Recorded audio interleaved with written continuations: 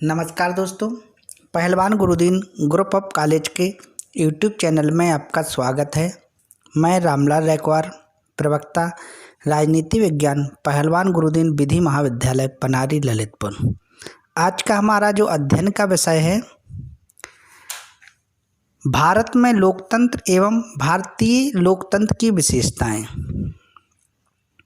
इस टॉपिक का विस्तृत अध्ययन करेंगे। लोकतंत्र केवल बहुमत पक्ष के आचरण मात्र से आरक्षित नहीं होता, अपितु लोकतंत्र की रक्षा का भार विरोध पक्ष पर भी कम नहीं होता। विरोध पक्ष का दायित्व लोकतंत्र के संरक्षण के लिए यह है कि वह बहुमत का विरोध करें, उचित विरोध करें, सही विरोध करें और बहुमत को आत्म परीक्षण की स्थिति में ले जाएं, ताकि अल्पमत दल को कुछ कहना या करना चाहता है उसके प्रति जनमानस में विश्वास जगे। आलोचना करना लोकतंत्र में विरोधी पक्ष का काम हुआ करता है, किंतु आलोचना सृजनात्मक एवं सैद्धांतिक होनी चाहिए, व्यक्ति पर नहीं और न्यस्त स्वार्थ में राष्ट्रीय स्वार्थ को भुला देने वाली नहीं होनी चाहिए।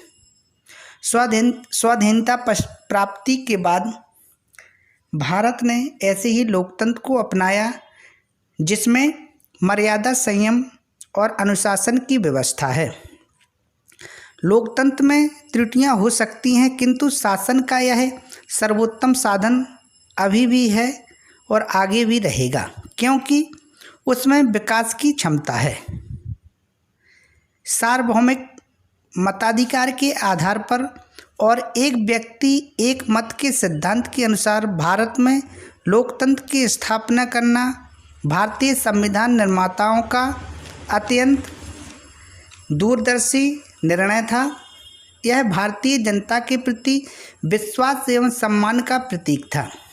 प्रत्येक दृष्टि से यह अत्यंत महत्वपूर्ण और क्रांतिकारी निर्णय है, क्योंकि वयस्क मताधिकार द्वारा जाति, लिंग और आर्थिक तथा शिक्षा संबंधी किसी भेदभाव के बिना प्रत्येक वयस्क भारतीय नागरिक लोकतंत्र में साझेदार हो गया है। भारत में चुनाव की मुख्य विशेषता यह है कि वे व्यक्ति स्वतंत्र और विचार स्वतंत्र के वातावरण में संपन्न होते हैं।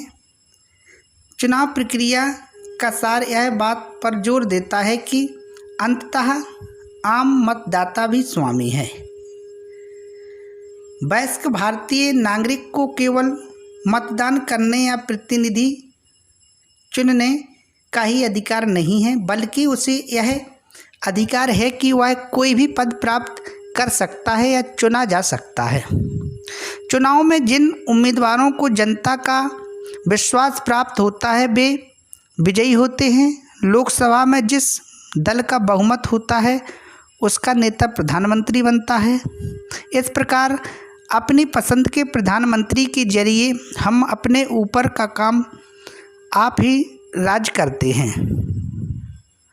भारत सरकार का शासन मंत्रिपरिषद करती है, परंतु मंत्रिपरिषद अपने कार्यों के लिए सामूहिक रूप से लोकसभा के प्रति उत्तरदायी है। मंत्रिपरिषद को शक्तियां प्राप्त होती हैं।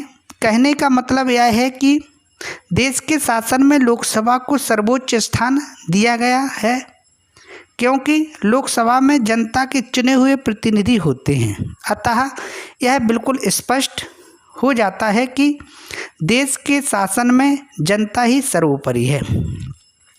हमारी राजनीतिक व्यवस्था में अनेक सबल तत्व मौजूद हैं, जिसके फलस्वरूप सामान्य काल और संकट काल में राज्य व्यवस्था के अस्तित्व की रक्षा की जा सकती है। अतः भारतीय लोकतंत्र की प्रमुख विशेषताएं इस प्रकार हैं। पहली जो भारतीय लोकतंत्र के अंदर जो विशेषता पाई जाती है, संसद। भारतीय संसद भारतीय प्रजातंत्र का स्पष्ट प्रतीक है और कार्यपालिका की राजनीतिक शक्ति का स्रोत संसद ही है। राष्ट्रीय पहल के अनेक प्रश्नों एवं समस्याओं के निर्धारण में संसद ही निर्णायक भूमिका रही है। ऐसे भी अवसर आए हैं जब संसदीय दबाव में प्रत्यक्ष तथा अप्रत्यक्ष रूप से मंत्रियों को त्यागपत्र देने के लिए बाध्य किया गया। भारतीय लोकतंत्र की जो विशेषता है उनके अंतर्गत दूसरी विशेषता धर्मनिरपेक्षता। हमारे लोकतंत्र की बुनियादी सिद्धांत धर्मनिरपेक्षता है। भारतीय समाज के सभी अल्पसंख्यकों को बिना किसी धार्मिक भेदभाव के लोकतंत्रात्मक पद्धति में भाग लेने का अवसर प्रदान किया गया है। अल्पसंख्यक समुदाय का नागरिक न केवल मतदान कर सकता है अपितु ऊंचे शासकीय और राजनीतिक पद प्राप्त कर सकता है या चुना जा सकता है। इसमें जन्म, जाति, धर्म अथवा लिंग आदि के आधार पर भेदभाव नहीं किया जा सकता। भारतीय लोकतंत्र की जो अगली विशेषता है आर्थिक नियोजन।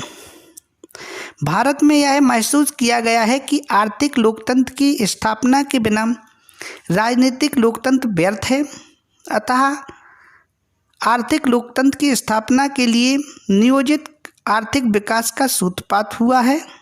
यद्यपि आर्थिक नियोजन के द्वारा देश में आर्थिक और सामाजिक क्रांति लाने के प्रयासों की वांछित प्रगति नहीं हो सकी है, तथापि गरीबी और आर्थिक विषमता के तेजी से प्रचार पर अंकुश लगा है। आर्थिक प्रगति का आधार स्थल तैयार हो गया है। भारतीय लोकतंत्र की जो अगली विशेषता है विकेंद्रीकरण पर बल। भारत में पंचायती संस्थाओं को संवैधानिक दर्जा प्रदान किया गया है और आर्थिक शक्तियों को विकेंद्रीकरण किया गया। स्थानीय समस्याओं के समाधान में पंचायतों की भूमिका दिन प्रतिदिन बढ़ती जा रही है। कई राज्यों ने ग्रामीण विकास कार्यक्रमों के क्रियान्वयन में पंचायतों पर महती जिम्मेदारी डाली है। निश्चित ही पंचायती राज व्यवस्था में संसदीय लोकतंत्र को गांव-गांव और घर-घर तक पहुंचाने का एक सुंदर अभियान इस देश में चल रहा है। इस प्रकार आज के जो हमारे अध्ययन विषय के अंतर्गत भारत में लोकतंत्र एवं भारतीय लोकतंत्र की जो विशेषताएं हैं उनका अध्ययन विस्तृत रूप से किया गया। धन्यवाद।